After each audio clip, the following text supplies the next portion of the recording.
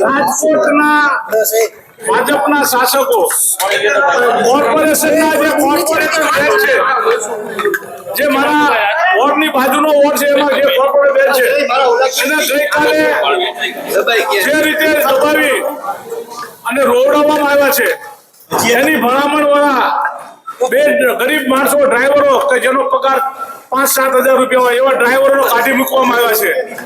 રાજકોટના પોતે ગમે તેટલી ગાડીઓ લઈને ફરે એમાં એને કોઈ વાંધો નથી, પોતે ભ્રષ્ટાચાર કરે એમાં કોઈ વાંધો નથી.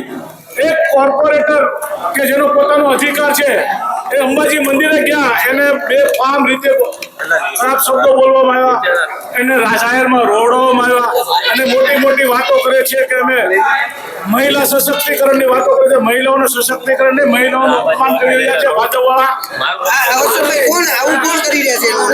ભાજપના જે રાજકોટમાં હાલ અત્યારે 3 વિજયભાઈના ગયા પછી જે 3 ગ્રુપ થઈ ગયા છે, એમાંના એક જે ભ્રષ્ટાચાર કરી રહ્યું છે, મોટામાં મોટું ગ્રુપ, એ અત્યારે ચારે તરફથી દબાણ કરી રહ્યું છે.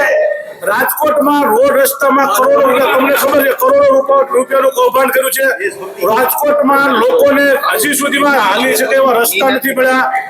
દર વર્ષે 700-750-800 કરોડ રૂપિયા તો ફક્ત રોડ રસ્તા પાછળ વપરાતા હોય તો લોકોની સુવિધા કેમ નહીં? લોકોને શા માટે આટલું હેરાન થવું પડે? લોકોને શા માટે તકલીફ પડે છે? હવે આગામી દિવસોમાં ગુજરાત અને રાજકોટની પ્રજા જાગી ગઈ છે અને આ લોકોને એનો રસ્તો બતાવશે. રાજકોટમાં પણ વોટ ચોરી કરી અને આ લોકો જે બેઠા છે એનો પણ અમે વિરોધ કર્યો છે. તમે વોટ ગાદી છોડી દો, કારણ તમારો કોઈ અધિકાર નથી. લોકો રાજકોટમાં ભાજપના જે શાસકો બેઠા છે એ પણ વોટ ચોરી કરીને બેઠા છે. મારા વોટમાં મેં નથી કરવા દીધી, કારણ કે હું એટલો બધાનો દાદો છું એટલે, અને એટલા માટે મારામાં નથી આવ્યું એટલે હું રહી ગયો છું. બાકી બધા જે સીધા લોકો હતા એના હું બધું પૂર્ણ થઈ ગયું.